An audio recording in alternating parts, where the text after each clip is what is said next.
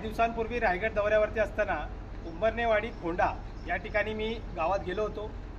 त्या लोकांच्या समस्या माहिती करून घेतल्या. त्यामध्ये प्रामुख्याने पाणी हा महत्त्वाचा विषय होता की त्या लोकांना पाणी नव्हतं. आज त्यांनी मला सकाळी फोन केला आणि आज थेट मी खालापूरच्या पंचायत समितीला भेट दिली.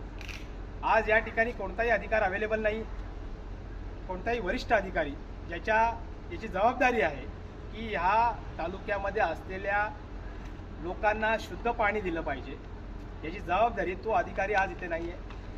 संबंधित गटविकास अधिकारी आज इथे उपस्थित नाही, सभापती आज या ठिकाणी उपस्थित नाही.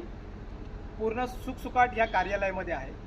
विषय फक्त असा आहे की हे जे पाणी आहे हे उंबरनेवाडी खोंडा ह्या ठिकाणी असलेले जे आमचे आदिवासी बांधव आहेत त्यांना हे घाण पाणी पाजण्याचं काम पंचायत समिती करते.